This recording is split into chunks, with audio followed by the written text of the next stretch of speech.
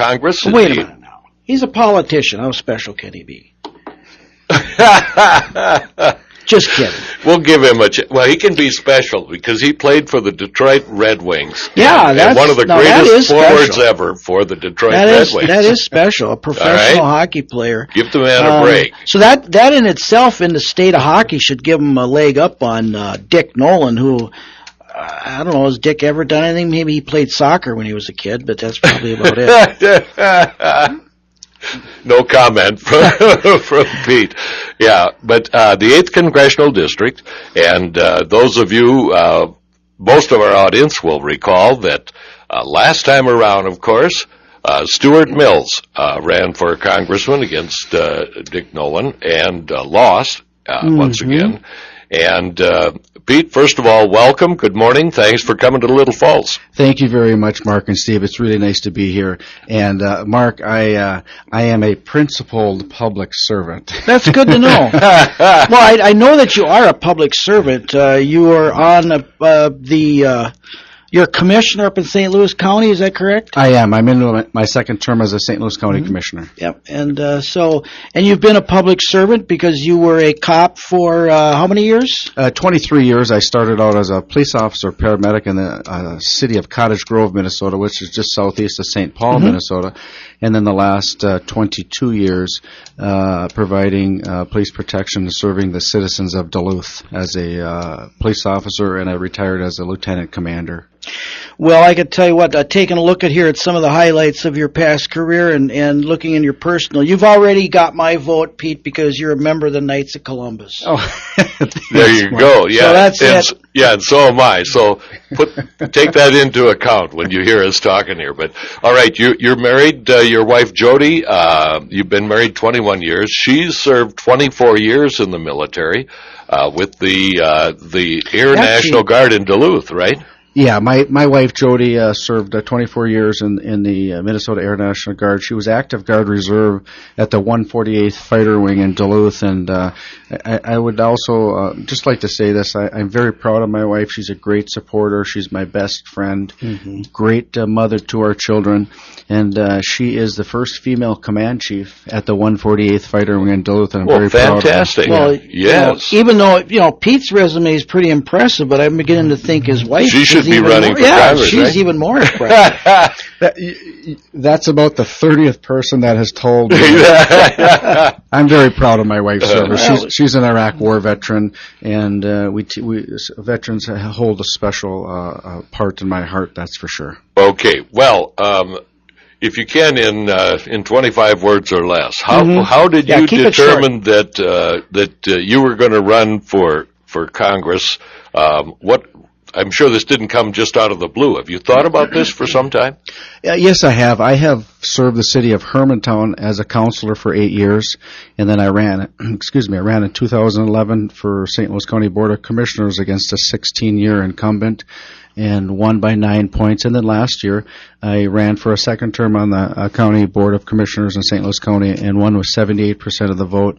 And what it tells me is that I'm listening twice as much as I'm talking, listening and serving the constituents. Reference this particular race. I got involved and became a candidate, announced my candidacy as the Republican candidate because I really felt the current congressman is really out of touch with rural Minnesota and Main Street Minnesota. And as we look at his voting record throughout the campaign, you'll see that the contrasting difference in our way that we believe government should serve the people. And your wife said, "Hey, yeah, go for it."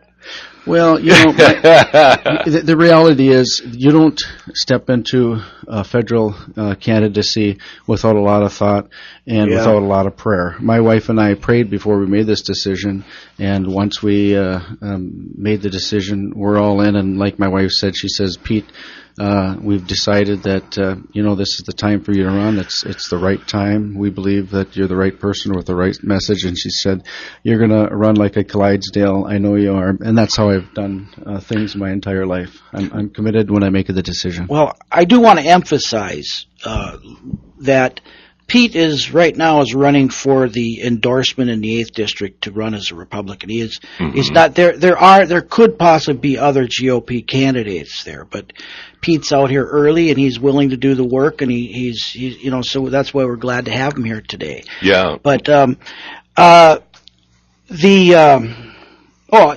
we talked about your resume, we talked about some of the things, but I want to get to some of the issues, because really, like I was telling, is it Marilyn is your one of your campaign? Yeah, people? Marilyn Hagelin's one of my volunteers. Okay, she's a volunteer. I told her, she'd said that, we talked about your background and about your resume, and I said, well, I've seen a lot of really good resumes in politics, because we've been at this for over 30 years. What really matters is what's going to happen if you do win. So, let's take a look at some of the things in the news. Where do you stand on Obamacare? How would you like to see, if this was in front of you, how would you want to deal with that? Mark, we know that it's been a disaster, and it's been a disaster since day one. Nobody can point to one single legislation that has come out of Washington where only one major party supported it and not one member from the opposition party, in this case the Republican Party, voted for it. Nobody can point to one successful piece of legislation, and this falls under that. We know that it's been a disaster. It costs more money. The people that were pushing it and forcing it upon the citizens of this country were deceitful in many ways. And if I were sitting in Congress, I would vote to repeal it and then give ourselves 8, 12, 14 months to get it right and have the ability to have the experts and the actuarial people come in and look at it and get it right for the American people. You know what? When we don't care who gets the credit, we can do wonderful things. Right. Yeah. Now, go ahead, Steve. You mentioned that before you made the decision to run for the endorsement, that you and your wife also prayed about it.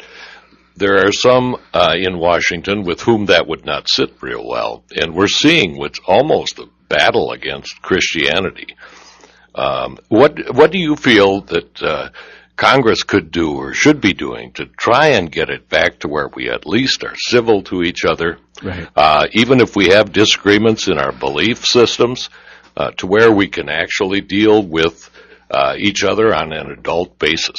Steve, when I speak to people, I tell them when you meet Pete Stauber, you're going to know that I'm a man, I believe I'm a man of integrity and will serve and have served that in that capacity. I have 5 priorities, and they are in this order. I am a Christian, I am a husband, I am a father, I am a conservative, and I am a Republican, in that order. And we in Minnesota, we are wonderful people. We are people of all faiths, and we accept all faiths. And mine happens to be that I'm a Catholic. And whatever faith anyone wants to choose, that's part of the First Amendment, freedom of religion, to be able to celebrate the religion of your choice.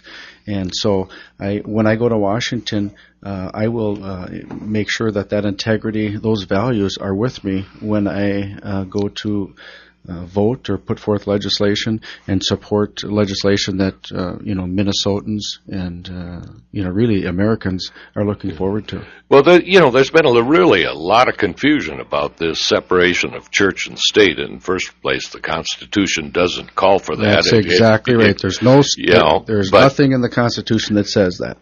Right, and but it seems as though there are a lot of people working at freedom from religion. Obamacare was a prime example of this, with making the Little Sisters of the Poor buy contraceptive coverage and abortion coverage and all this sort of thing. But if you see interference all over, and there's always been a hue and cry, but it seems even more so to start taxing churches, and this move to make religion a thing that happens within the church. And any of the outreach organizations, the hospital, Catholic hospitals serve 1/6 of the people in the United States, and they are being threatened with this whole abortion issue and all of this. And Yeah, I think it's just gotten out of hand, but I think there's a real war on Christianity, and something really needs to be done about it. Well, I think that there are some vocal, and I would say vocal minority groups that want Christians and other faiths to not bring those values and that thought process into the governance of this country. But that is the minority. The vast majority of people that I have run into on the campaign trail, when I outwardly express my values and that my Christianity is part of who I am, they really are supportive of it. Last night I was at a function and mentioned some stuff about my Christianity and what have you, and she came up to me privately. She said, "I am so happy we're going to have an elected official that is not afraid to stand up and tell the people what he stands for, what he believes in, and why." And so I'm not afraid or ashamed to tell anybody my background, my story. I am a pro-life candidate. I believe in life from conception to natural death. And I got to share this with your listeners. My wife and I are blessed with 4 children. They're 17, 16, 15, and 11. The 3 oldest ones are the boys.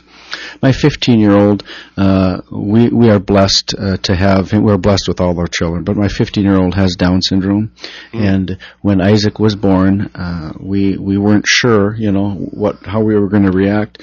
But some 15 years later, we cannot imagine our life without him. And you hear this from Down syndrome parents all over the place. Yeah, my nieces has a Down syndrome son, and kid's just a joy. They're great people. Yeah. Yes, they are. They're wonderful people, and just recently there was a article in the paper from in the country of Iceland where they got rid of it. Yeah, that's disgusting. Yeah, their quote was, quote, "We eradicated," end quote, Down syndrome. Yeah. That is extremely offensive to many, many people, especially those people such as my wife and I who are blessed with a child who has Down syndrome. The value that they bring, the skills and love that they bring to our family is immeasurable. And so, there's some people that think that prenatal testing, when there's a chromosome disorder or what have you, you abort their baby. I couldn't disagree with that more. We need to protect life. We need to defend that baby in the womb. Ronald Reagan said many years ago, he said, "Isn't it funny how all those people who support abortion have already been born?" That is absolutely right. What about immigration? What about the wall? What about the dreamers? Yeah. So let's talk about immigration. We have a legal way for immigrants to come into our country. We have for many years. We have been the melting pot. Totally agree with totally agree with the legal way people can come into our country with the sanctuary cities that Rick Nolan supports. I couldn't disagree more. I've spent over 2 decades protecting the front and back door of residents, and I can't imagine if you had a group of people wanting to not enforce this law but enforce this law. One other group wants to enforce this law, and they just act accordingly. We would have chaos in this country. We are a country of law and order, and respect one another and respect the differences of opinion. But that circle of civility in this country is diminished, and I, for one, want to expand that. We may not disagree, Steve, with each other in the conversation, but I will respect your opinion. Likewise, I would ask you respect mine. That's where we move forward in our conversations, in our dialogue, and in our legislation. Very definitely. But getting back to immigration, and you've talked about how important your faith is in your life. There's a little bit of concern. I shouldn't say a little bit. Probably could be classified as a lot of concern about the Muslim refugees who are moving into. Now, they're not necessarily going to be in your district. There may be some up in the Duluth area, but people are concerned about the Somalis and other Muslim people that have come into the community. How do you see? I mean, how do you think the government should react to that? Is there some way that they can be dealt with, or what is our best approach to that community coming in? Because one of the things that concerns people most of all is not that they're here, but it's that they're here and they're not willing to assimilate, and they're not willing, and that there's a fear that they're actually here trying to Islam is, turn the United States into. Well, one of the things I understand the question for sure. You look at the city of Dearborn, Michigan. There are some judges that feel that in domestic abuse cases that come before the court, that because they are a Muslim or from a Muslim nation, that because Sharia law, that a woman takes second to the husband and they can be punished, etc. And they're trying to enforce that type of law in the state of Michigan. Right. I can tell you that I worked for the city of Duluth, and I'm very, very proud of our domestic abuse laws in the city of Duluth. And we are a leader and have been a leader. They call it the Duluth model. I couldn't disagree with that type of thinking, where a woman takes a second fiddle to a man, or is allowed to be physically beat or punished just due to her being a woman. And what we need to do is, when people come into this country, they have to assimilate to our language. They have to come in here legally.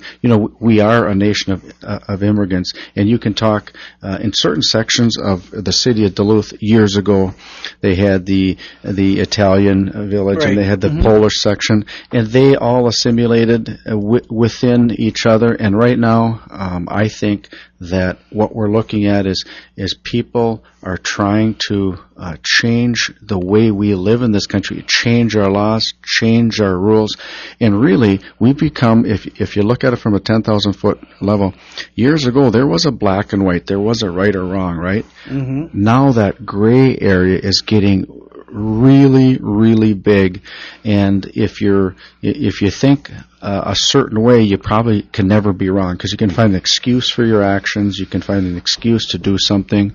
And so, in reference to the Muslim population or any immigrants, is if they assimilate, live by our laws, understand our Constitution, and respect our way of life, we welcome them, but not to come in and terrorize our communities. Well, whatever. I guess that's the question: is what do we do if they don't? If they don't, aren't willing to assimilate, aren't willing to accept our laws, and they're gonna, what is the approach we can take then? Well, I think we as citizens and we as a community have to have that discussion. Say, this is the Sharia law will never be allowed in this country. Absolutely not. Never. We will not stone people to death. We will not force women who have been raped, which is an extremely violent crime. We will not force women to get 7 witnesses to say, to say that she was. I mean, that's not the way this country was built. We are a great country, and I disagree with that thinking. Yeah. I love this country. And that's one of the reasons that I'm running. I want to try and make this country better, and I think I have the ability to do it. I've proven that I can legislate and work, bringing common sense solutions, not only at the Hermantown City Council, but now at the St. Louis County Board of Commissioners. And so far, we've been very successful. I'm in favor of common sense. Yeah, me too. That's 2-0. Okay, we're going to take a break. We'll be right back. Weather update brought to you by Lashes Auto Repair near Piers. For all your automotive needs, see Lashes Auto Repair. They do custom exhaust, tires, engines, light truck, diesel repair, drivetrain, and precision alignment on all makes and models. Now through September 30th, get up to $100 in tire rebates on hand-cooked tires at Lashes Auto Repair near Piers. We'll see increasing cloud cover here for this afternoon with a high in the upper 70s. Winds out of the southeast around 10 to 15 miles per hour. Tonight, a chance for showers and thunderstorms here late. Mostly cloudy skies, a low near 66. And southeast winds around 5 to 10. By Friday, a slight chance for showers and storms early, then skies become mostly sunny. A high around 87 with southeast winds around 5 to 15. I'm meteorologist Jennifer Wojcicki for AM 960 KLTF Little Falls. Right now, 55. Medicare Part A, Part B, Part C, and Part D. It sure can get confusing being part of the Medicare system. Hi, this is Gene Retka of the Retka Insurance Center. Let me be part of your Medicare planning. We specialize in Medicare planning and carry the best and most competitive plans on the market. And we can help find a plan that fits your needs and budget. Just call me, Gene Retka, at 632-3642 or toll free 877-632-3642. Let me be part of your Medicare plan. Gene Retka nor the Retka Insurance Center are connected with or endorsed by the United States government or the federal Medicare program. Lloyd Lumber Company presents this fall Farm Safety Week message. You want to keep children safe this harvest season, do not allow children around machinery. Tragedies can occur when youngsters are in the path of equipment and operators have a restricted view, or when they are playing in a work site with hazards such as grain, augers, and PTOs. A fall farm safety message brought to you by Lloyd Lumber Company in Genola. Build your dream. This week on Minnesota Military Radio, we'll meet and learn from one of Minnesota's newest yellow ribbon companies. Join Tom Lyons for Minnesota Military Radio Saturday afternoon at 1 during the NFL season on AM 960 KLTF Little Falls. Cowboys ain't easy to love and they're harder to hold. Oh, whatever. Welcome back to Up Front. We've got only just a minute and a half or so left, and what we're going to do is we'll hold off your calls, and then after the news and sports break, when we come back, then if you have questions for Pete, and I'm sure a lot of you do, feel free to give us a call at 632-2306. Great. Yeah, this is your chance to find out, pick Pete's brain a little bit. I would ask Pete another question, but we have less than 2 minutes left, and since he's a politician in training, there's no way we'll get an answer from him in less than 2 minutes. Mark, I am a principal public servant. Always have been, always will be. The one thing that I would encourage you, though, if you do call in at this point, probably should stick to domestic issues. Now, we can get into foreign policy, but that is the primary function of the Senate. Right. He is running for the House, for the Congress. So, but if you do have some, it wouldn't hurt to get his opinion. But we are more concerned overall with the domestic issues. And we've got a little over a minute left. Maybe you can field this question for us, Pete. In the past, we've had a lot of politicians make campaign promises, and then once they get into the seat, haven't necessarily held up. Nancy Pelosi said that's promises. Okay. So what in your background would prove that you would hold to the words you're sharing with our audience today? One of the things that I have always told people that as a human being or as a man, all I have is my word. Mm-hmm. And my word, if you can't trust my word, and if you can't trust somebody else's word, you just simply can't trust them. As a public servant, I'm very, very proud of the fact that we've brought legislation forward that I've told people about, that we've supported, and as I go on the campaign trail, I will tell people what I believe, why I want to do what I want to do, and I will work on their behalf, because really my only special interest is you, the people. Okay. Hey, he cut that off very nicely. All right. We'll be back after a quick look at news and sports. It's 9:30 MNN News, AM 960 KLTF, Little Falls. Minnesota News Network, I'm Bick Smith. A 21-year-old man could get up to 20 years in prison for an incident early Sunday in Minneapolis. The Hennepin County Attorney's Office charged Michael Campbell with criminal vehicular homicide, saying he ran off after crashing his car, leaving behind 20-year-old Rhea Patel of Eden Prairie, who later died in the wreckage. Investigators believe Campbell had been drinking before the crash. Searchers are out this morning looking for a man last seen in the woods of eastern Minnesota. The Pine County Sheriff's Office says a 61-year-old hunter wearing an orange vest has not been heard from since Tuesday. The search area north of Kingsdale near the Wisconsin border.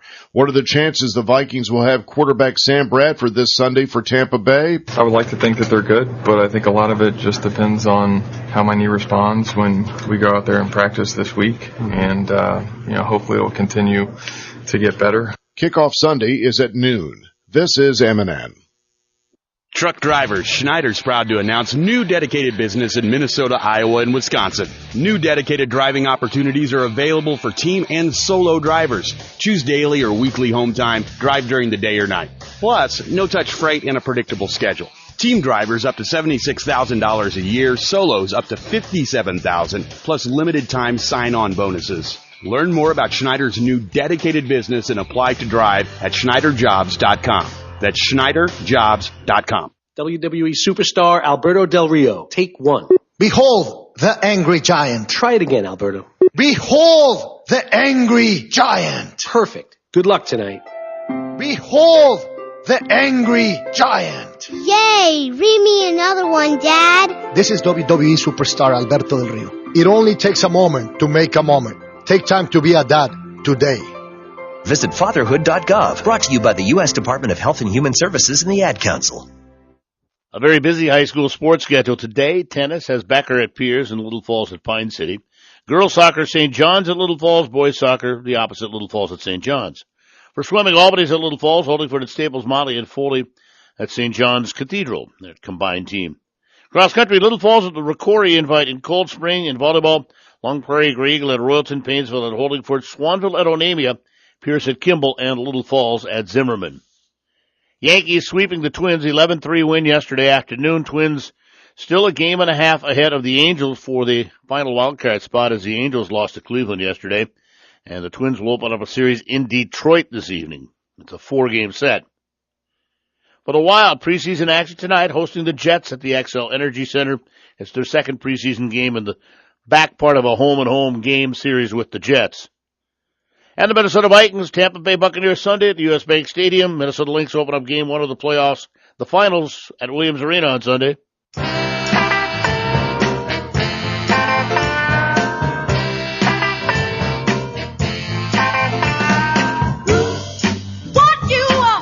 Welcome back to Up Front, and again, our guest today is Pete Stauber, who's running for the 8th District endorsement from the Republicans for the Congress, 8th District Congress. And before we went on the air this morning, Pete and I had a chance to have a little discussion, and you mentioned then, Pete, that, after I queried you, that you had in fact met with Stuart Mills about this, and we don't know, none of us yet, whether Stuart will decide to run again or not. But you did meet and talk with him, right? Yes, I did. I met with Stuart and the 8th District Chair Ted Lovedahl in Grand Rapids, and I wanted to go face to face with Stuart and tell him that I'm running and seeking the endorsement on the Republican side. Yeah. Do you know of any others out there at this point, or not? I know of no other Republican candidate at this point. All right. I just want to mention real quick, we are going to take calls if you have any questions for Pete, 632-2306. Also, Pete has got a website out there. It's PeteStauberForCongress.com. And you can get a lot of information about Pete on there. He's also got a Facebook page, which is Pete Stauber for Congress. And you can search for @Pete Stauber for Congress on Facebook, and you can get to his Facebook page. So there's a couple different avenues you can get if you want to get more information on Pete as far as his background and what he thinks. Yeah. All right, to the phone. Good morning. You're on Up Front. Good morning. Morning. Say, I know you want to keep it to local issues, but I'd like to get Pete's view on draining the swamp and the DNR in this country, and what his feelings are in the DNR and what they're doing to the Mille Lacs Lake and everything else around here. Well, and the other thing I just wanted to add, I just wanted to thank Pete for running, and I thank him for being so proud of his faith. Very good. Thank you. Line and listener answer. Thank you. Mm-hmm. Now, Mille Lacs Lake is in the 8th District, right? Yes. Yeah. Okay. Well, there are some issues over there. What do you know about these? How do you feel about these? What's in the DNR and all that? Well, I could share this with you, that one of the things that I am very concerned about in Washington, D.C. is rule making. And that's where unelected bureaucrats in certain segments of the government will put a rule or policy out that's not been put forth by either any part of the Congress, and they expect the small businesses, family farms, etc., to follow it. One of the things, when I'm elected, I want to do is to ensure that rule-making process is extremely limited or sent to the pasture totally, because I believe that as elected officials, the legislation belongs to us, and we have to stand and be accounted for what's happening, what's being put on the local businesses. And as far as Mille Lacs and the DNR, I know there's some controversy, big controversy going on there, and I just think that at some point, parts of not only the federal government but the state government too becomes too intrusive, and I think that it doesn't benefit the people, or in this case the resorts on Mille Lacs. Yeah, they've had some real issues over there. All right, drain the swamp, yay or nay? One of the things that I can tell you is there really are some good public servants in Washington, but when you look at it from the 30,000-foot view, nothing appears to be getting done. There's stalemate. There's people that would rather have Donald Trump fail than the United States succeed, and there's people that are on the far left and the far right that seem to have the bigger voices, and really that centrist voice. And I'm a candidate that's right of center. The centrist voice is where the legislation, and that's where the work and the good conversations can be had. And with good conversations, good input from all, the end result of that legislation will be the best it can possibly be. Okay, back to the phone. Good morning. You're on up front. Good morning. Morning. Yes. Getting back to the refugee issue, on the local level, our state legislators, and these are some of the Republicans, have implicated that they might be in favor of giving driver's license to illegals and undocumented people. Now, they claim that when they talk to their local law enforcement, they are encouraged to give driver's licenses to illegals and undocumented people. And I was wondering how Pete feels about that. Yeah, you're law enforcement. How do you think about that? Well, I wasn't aware that some Republican legislators in the state of Minnesota were in favor of giving illegal immigrants driver's license.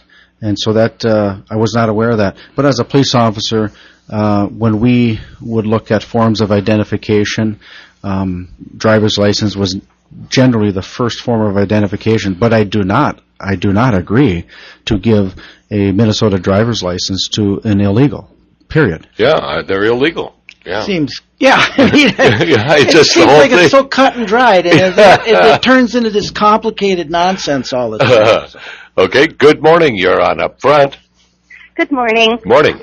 I have two hopefully quick questions. Okay. How does he feel about the 1618 law, blasphemy law, and what's also that? banning Muslim Brotherhood as a terrorist group and all of its entities, such as CARE, which is a front group for Hamas, which is designated as a terrorist group.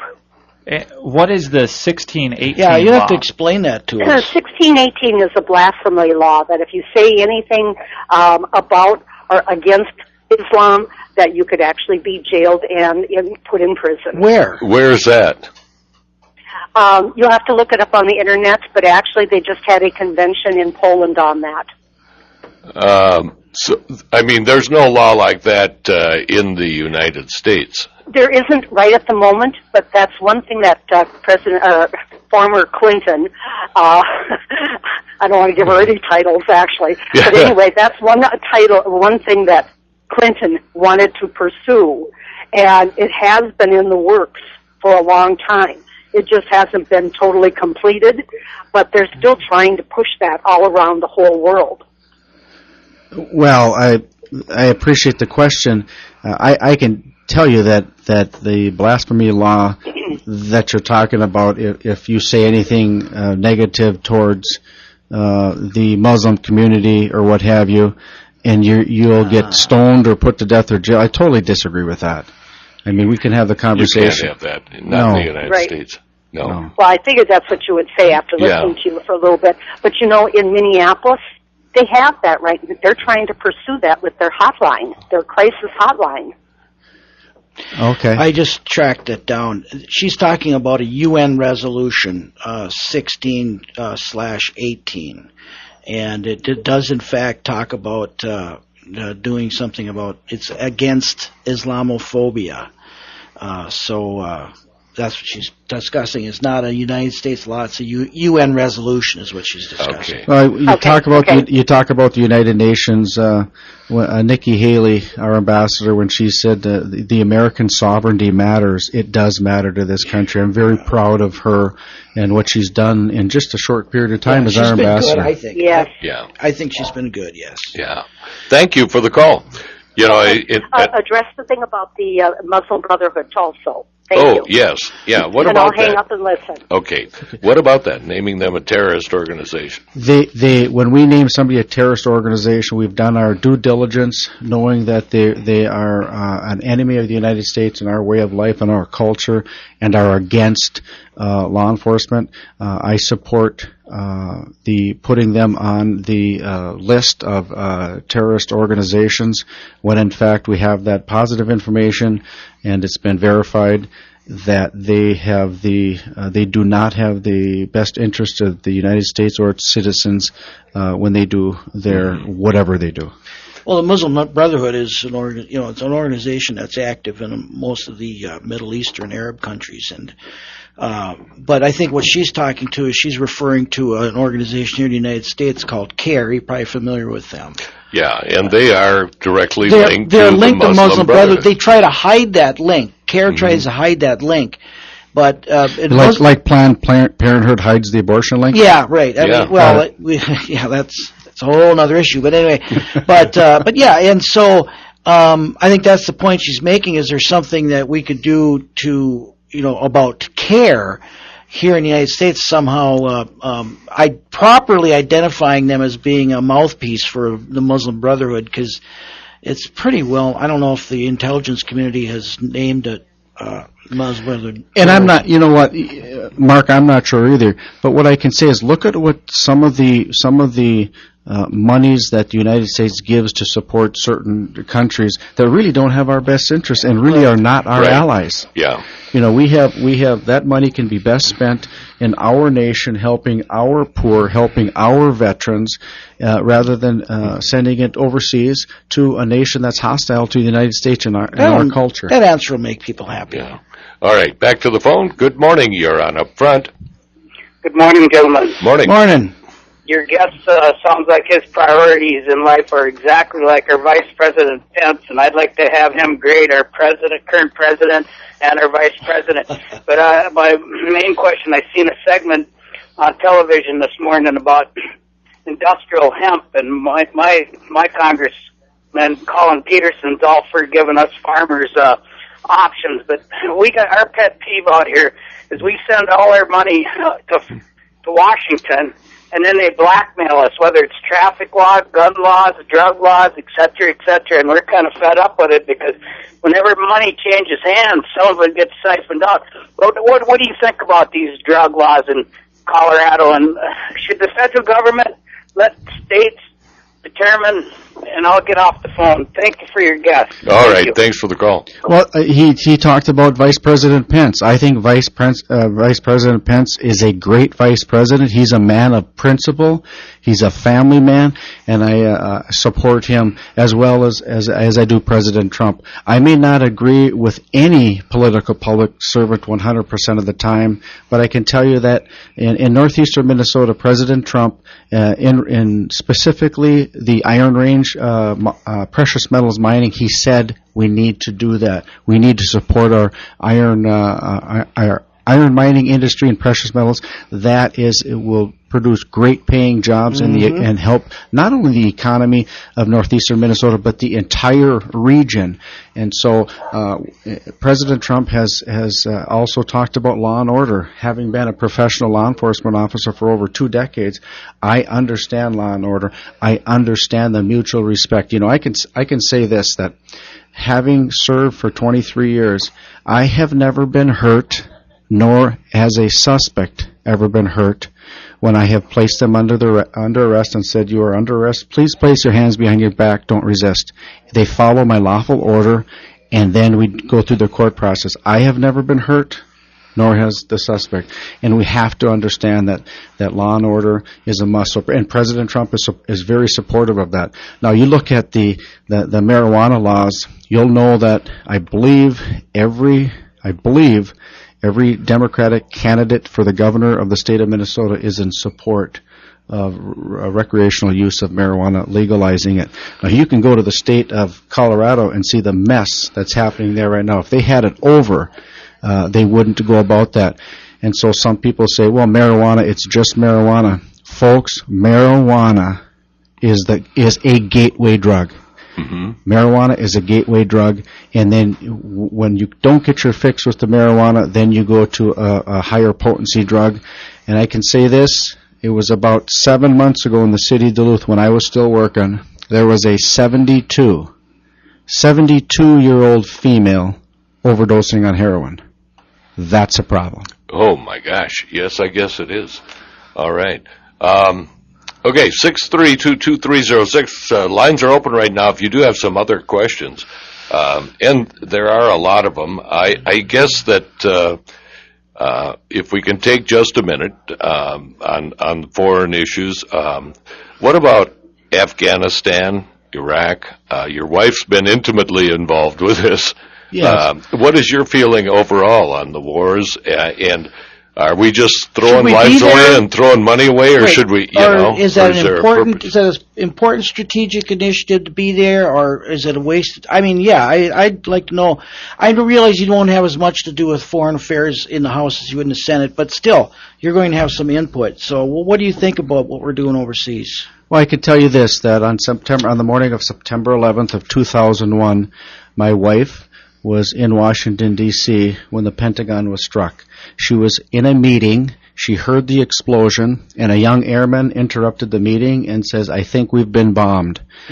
The meeting attendees went to the other side of the building, and my wife was present when she saw the Pentagon in flames, people running around, and she got in her car, and her and her coworker, and the traffic was backed up, and she got on the radio or listened to the radio, and they said there's another incoming. They believe there's another incoming plane into the D.C. area. And she said she felt, and her coworker felt so defenseless, waiting for another plane to come in and crash. And right then and there, she knew that this country was under attack, and she was so proud to be, wearing the uniform of our country that day, which propelled her eventually to deploy to Iraq at Baghdad Air Force, Sadr Air Force Base. I am going to say this, that we need to never allow a bastardly attack on our country. Yeah, exactly. And how it's handled, well, we could argue that all day long. But yes, there has to be a response. We cannot allow that sort of activity. All right, that I understand that. In fact, most people, even though they won't admit it now, were in favor of not only going into Afghanistan to take care of the Taliban and Al Qaeda, but they were in favor of going into Iraq too. Sure, they were. But now, because it's been kind of still. What about now? Do you think, as far as being there now, is this still a necessary thing to be there, or should we proclaim, proclaim victory and leave? Say, okay, we've done this, we've had enough of this. What do you think Mark, about that? Here's my point as a candidate. I am not receiving the intelligence briefings that the generals and President Trump and Vice President Trump are getting. For me to sit here and say and make a claim without specific knowledge or intelligence at this point would be premature. But I will say that I trust our generals and I trust our military, that they have our best interest and the protection of our country a priority for them. Okay. Well, did you have a chance to listen to President Trump at the UN?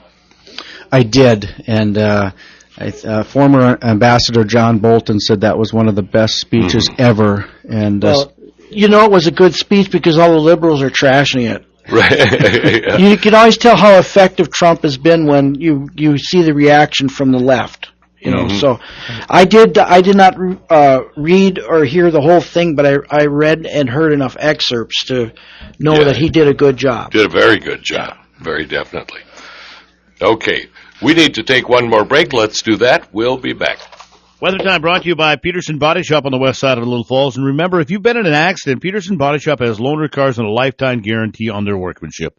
They have over 50 years of excellence. Peterson Body Shop, your best decision after a collision. Just ask your neighbors. We'll see increasing cloud cover here for this afternoon with a high in the upper 70s. Winds out of the southeast around 10 to 15 miles per hour. Tonight, a chance for showers and thunderstorms here late. Mostly cloudy skies, a low near 66. And southeast winds around 5 to 10. By Friday, a slight chance for showers and storms early, then skies become mostly sunny. A high around 87 with southeast winds around 5 to 15. I'm meteorologist Jennifer Wojcicki for AM 960 KLTF Little Falls. Right now, 59. Enjoy Chef Weekly Specials at the AT Black and White in Little Falls. Thursday evenings, build your own pasta stir fry. Saturday evenings, enjoy prime rib. And Sunday mornings, build your own omelet at the AT Black and White in downtown Little Falls. Go on an animal adventure at Safari North Wildlife Park in Brainerd. Travel through 6 continents featuring hundreds of animals, birds, and reptiles. Pet the giraffes, ride the camels, grab a snack at the Safari Snack Shack, experience the parakeet encounter, plus so much more. New in 2017 is the waterfowl exhibit, gemstone mining, and more monkeys. There are so many fun and exciting things to do at Safari North, 5 miles south of Brainerd on Highway 371. High school football back on the airwaves this Friday night. Hi, everyone. Join me, Corey Fink, as the Little Falls Flyers return home for the midway point in the regular season to host St. Cloud Cathedral this Friday night. Kickoff at 7, pregame coverage at 6:40. Flyer football here on AM 960 KLTF and online at fallsradio.com. Brought to us in part by Bob Lemire Roll-Off Refuse and Recycling, Demo Insurance, Gilmerson Collision Center, and the Pine Country Bank. Living my life in a slow hell. Different girl every night at the hotel. Welcome back to Up Front. We have a few minutes left, and we're speaking with Pete Stauber, who is running for Republican endorsement for the 8th District Congress, the election next year, of course. And Pete, logistically, how do you figure to win this race? Well, one of the ways you win is you have the right person, the right candidate with the right message at the right time with financial support. And I'm getting each and every one of those. I'm getting more support every day that I'm on the campaign trail. I know that each county is extremely important in the success for my campaign in next November. And what we're really concentrating on is St. Louis County. St. Louis County is an important county. It's the biggest county. It's got 31% of the vote. And so having served in St. Louis County, won 4 elections in St. Louis County, I have a relative who won 3 at-large city council seats in Duluth. The name recognition is relatively high. And me being on the county board, and really I think on behalf, not just me, but on behalf of our entire St. Louis County Board, we're doing some really, really good things. And I think that people recognize that. And they also are appreciative of my past and what I have done. The life I have lived, the struggles that we all have gone through. I've gone through them as a small business owner for 27 years. My brothers and I own Duluth Hockey Company. Surprise, surprise. Yeah. Duluth Hockey? Yeah, Duluth Hockey. Well, I tell you what, it's not going to hurt you in St. Louis County that you're a ex-pro hockey player, that's for sure. Well, I've got 3 brothers, or 3 Stauber family members that played professional hockey. My brother Danny played professional over in Sweden. And, of course, my brother Robbie was a goaltender at the University of Minnesota, won the Hobie Baker Award. He's currently the women's Olympic hockey coach and successful NHL career. And then you've got me, and I can say this now that it's a long time past that I fooled the Detroit Red Wings into signing me into a contract. Well, that's okay. Hey, whatever works. All right, we have time for another call, and we have someone on the phone. Good morning. You're on Up Front. Yeah, earlier you were talking about illegal immigrants being able to get a driver's license. Right. It almost seems like they already can, because my wife was in the DMV office earlier this summer, and there was a fellow in there that could speak almost no English, and he didn't have a social security number. Oh, jeez. And supposedly it sounds like there was just a box at the bottom of the form he had to check saying he had no social security number, and he walked away with a license. Wow. That's not good. If it's not already allowed, they make it pretty easy for them to do it.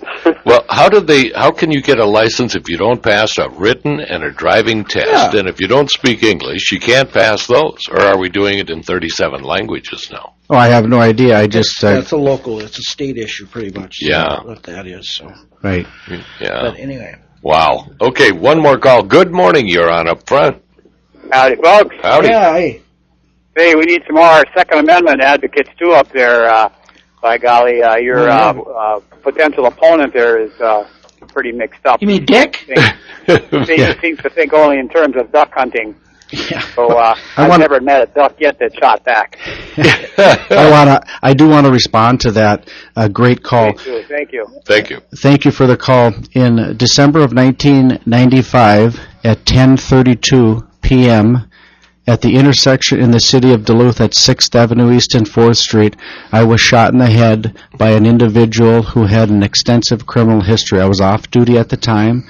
The bullet went through my windshield of my truck, struck me in the head, and I was bleeding all over, and I told my fiance, who's my wife at the time, I said, Jody, we've been shot.